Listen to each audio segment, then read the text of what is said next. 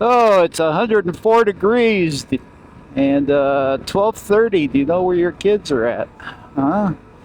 So anyway, you got the old widget guy. I don't know why I thought of that. I was just reminded of when I was a kid, which was 100 years ago.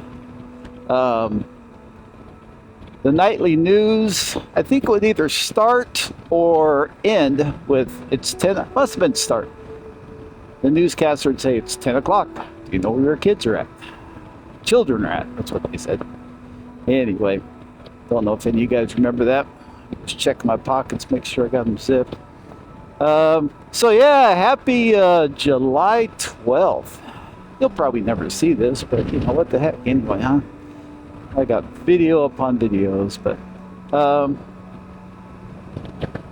anyway, yeah, it's 104 degrees, a little humid. We're actually supposed to get some rain tonight.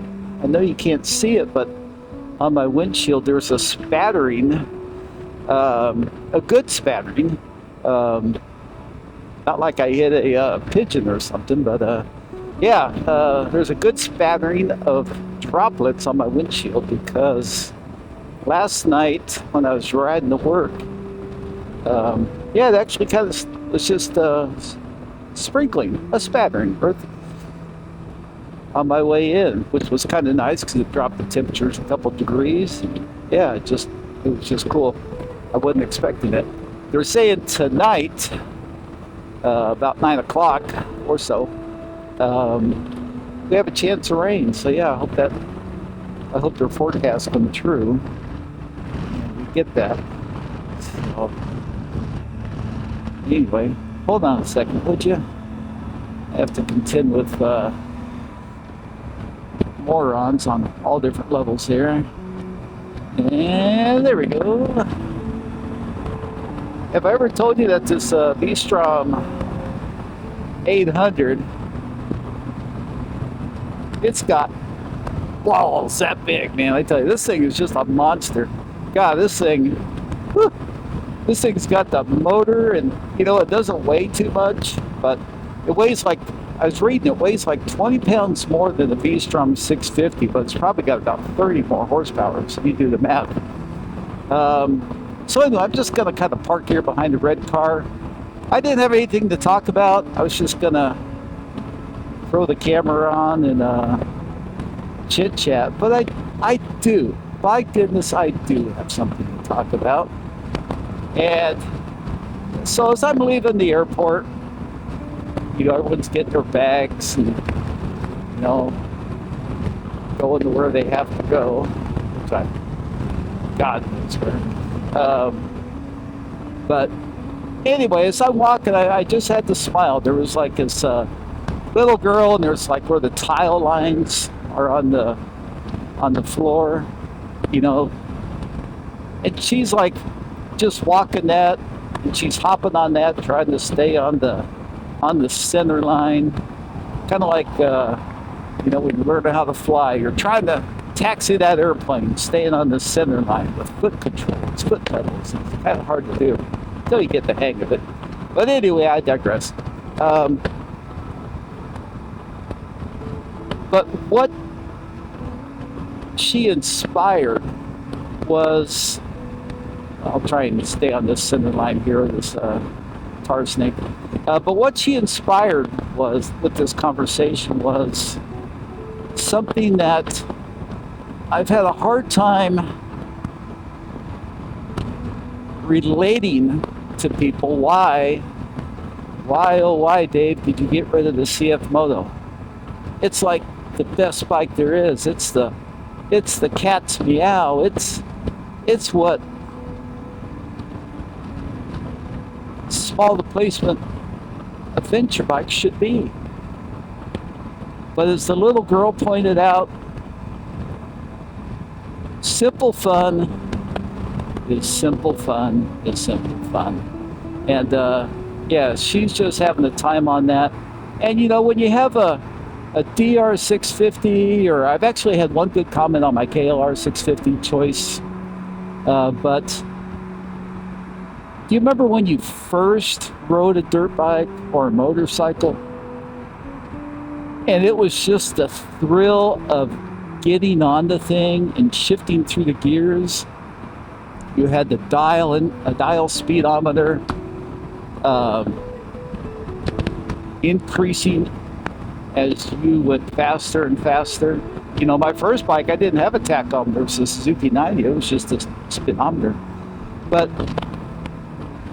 the sheer fun of motorcycling, I did not feel on the CF Moto. It was like riding this. And the sheer fun of hopping on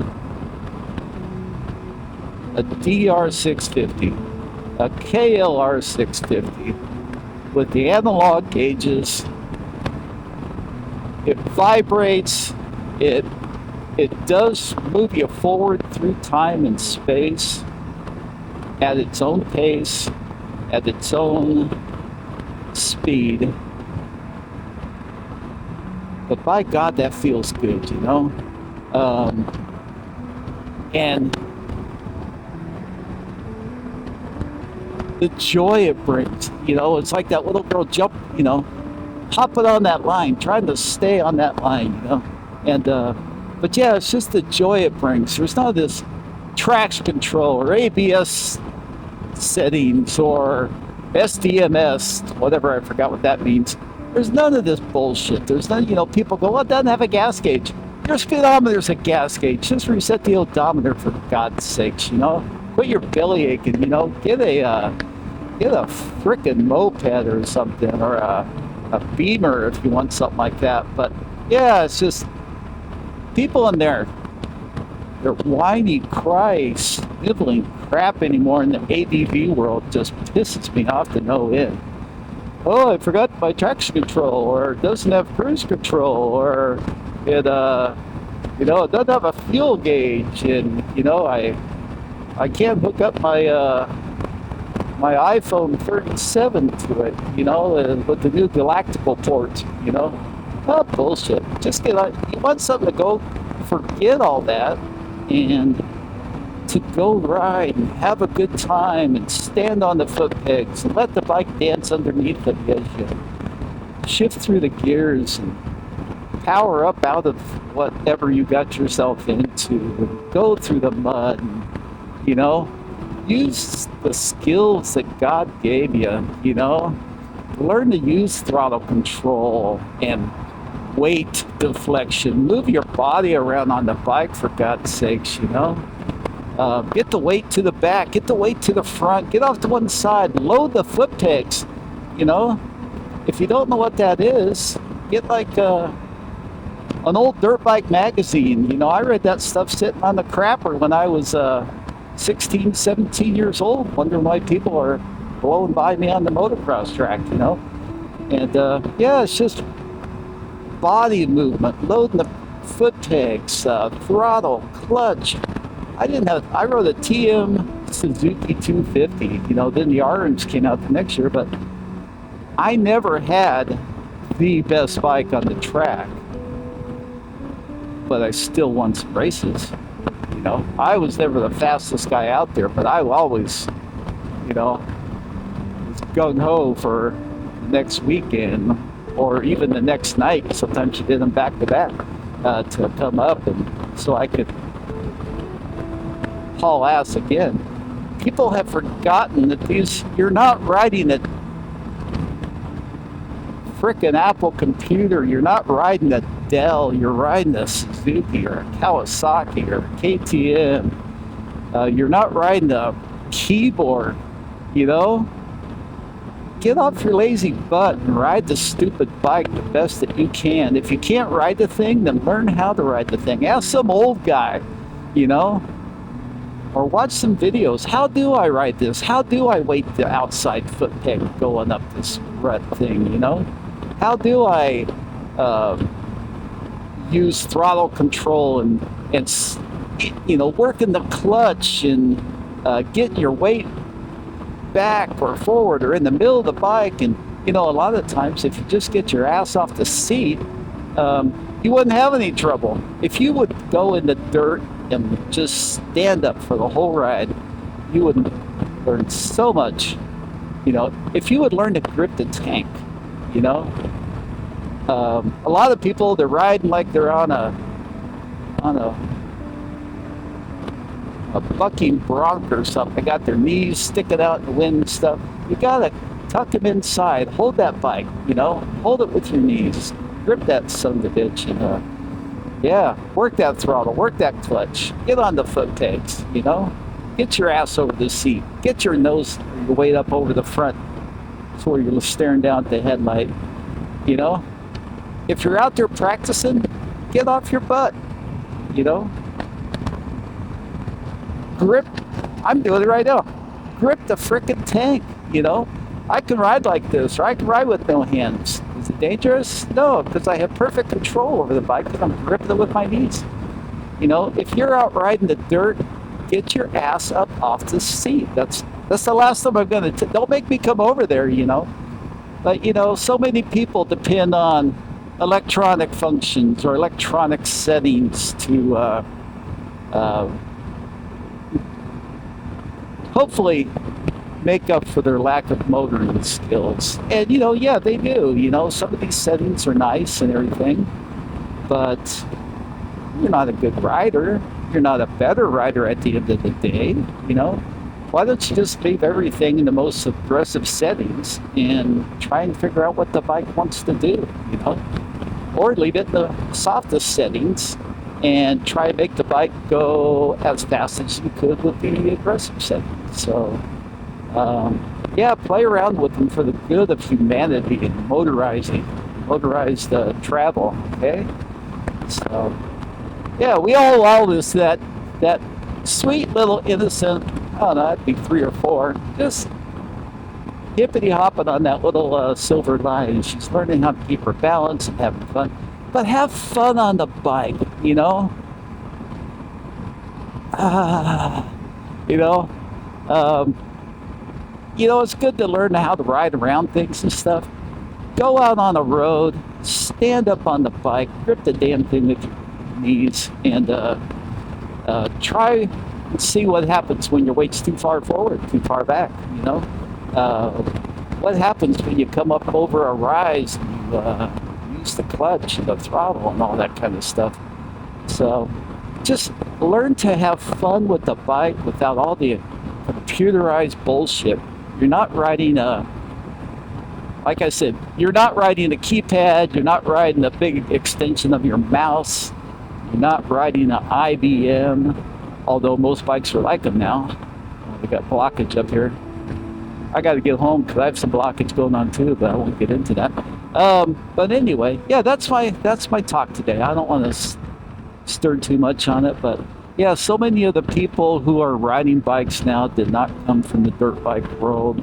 They haven't spent much time on a dirt bike. They buy a new bike and think, oh, okay, well, I need all these traction settings, and why aren't I, you know, how do I set this and how do I set that? Leave this crap alone. Set it on middle of the road, end of the road, top of the road, you know, and then learn to ride around those settings. And then if you learn to ride around those settings, then maybe use those settings to help. But at the end of the day, I think if you learn how to ride the bike with your skills alone, you won't need the traction controls. You won't be halfway through the mud and go, oh, I forgot to put you know, you'll like use the gas, use the thrust, use the clutch. You'll get your ass to the back of the seat. You'll grip the bike, you know, like you got a pair, you know. So, and yeah. So anyway, that's my talk. Yeah. I feel pretty good about that talk. Of course, I'll wake up tomorrow morning. I'll have like 500 less subscribers, but hey, I don't care. I'm not in it for the subscriber game. I just post stuff so I can be a YouTube star. Yeah, get my name on the cereal box or something. Yeah, it'll be a Choco's or something. So anyway, that's my speech for today. So widget guy out.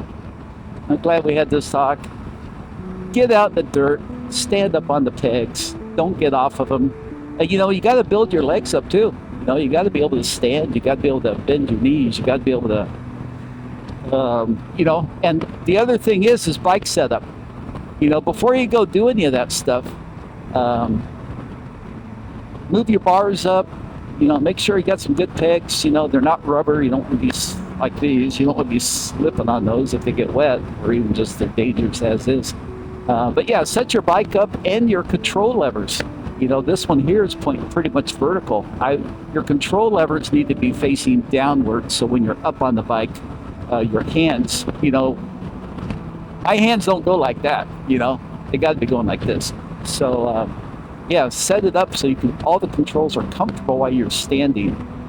If they're not comfortable while you're sitting, who cares? But more than likely there will be. So yeah, you need to set the bike up like a dirt bike, not like a Harley Davidson or oh, I don't know, some kind of Indian Scout or something, you know. So anyway, that's my talk for today. You guys have a good day. Yeah, it's now 1:08 and it's humid. So yeah, be thankful you're not close to me and you're seeing all this on TV. Widget guy out.